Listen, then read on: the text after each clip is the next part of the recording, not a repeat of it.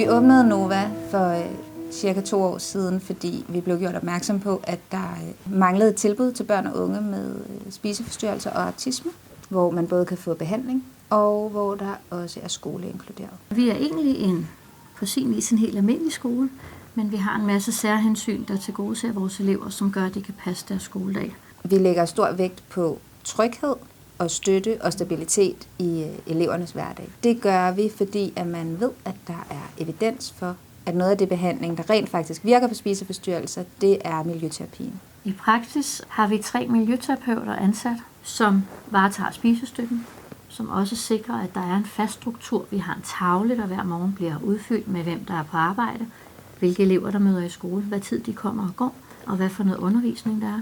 Vi holder pauser, hvor vi spiller spil, laver papirsblomster, hyggesnakker. Så på den måde så får vi skabt et miljø, hvor der er plads til at kunne dyrke andre interesser og have fokus på, hvem man er, ud over sin spiseforstyrrelse. Det, der er helt særligt for Nova, det er, at vi har specialiseret spisestøtte på ret højt niveau, som en integreret del af vores undervisning. Vores spisestøtte er autismepædagogisk på den måde at forstå, at det altid er en fast struktur og en fast ramme. I spisesituationerne har de brug for støtte til at gå imod de spiseforstyrrede tanker, og det er det, miljøterapeuterne støtter dem til at gøre. Det er vigtigt også at sige, at der er ingen elever her, der skal spise noget, de ikke kan lide, og at vi aldrig tvinger vores elever til noget.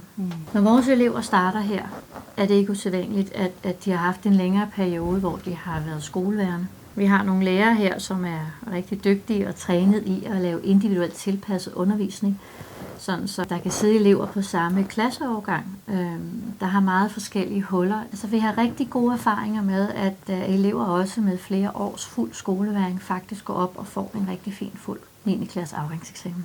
Vi tilbyder forskellige aktiviteter i Nova. Et af de faste ting, vi har på programmet her hos Nova, det er vores ridning, som vi har en gang om ugen, hvor vi smører madpakker, individuelle madpakker, afhængig af, hvad det er, de skal have med. Og så kører vi ud til en rideskole, vi har en aftale med. Alle kommer altid meget glade hjem fra ridning og glæder sig rigtig meget til at komme afsted. Og det der med at komme ud af rammen og få lov at være sammen med hestene, det er noget, de er rigtig, rigtig glade for. På Nova er vores mål for de børn og unge, der går her, at de skal kunne leve et friere liv. Og det gør vi ved at tilrettelægge behandlingen, undervisningen og hverdagen. Det er fuldstændig efter den enkelte elevs behov. Og ligeledes støtter familierne der, hvor de er, og med det udgangspunkt, de har. Og langsomt få opbygget det her selvværd og give vores elever en fornemmelse af, at de godt kan. Altså de kan både gå i skole og modtage undervisning og blive dygtige og gå til eksamen, men de kan faktisk også få venner og få et meningsfuldt ungdomsliv.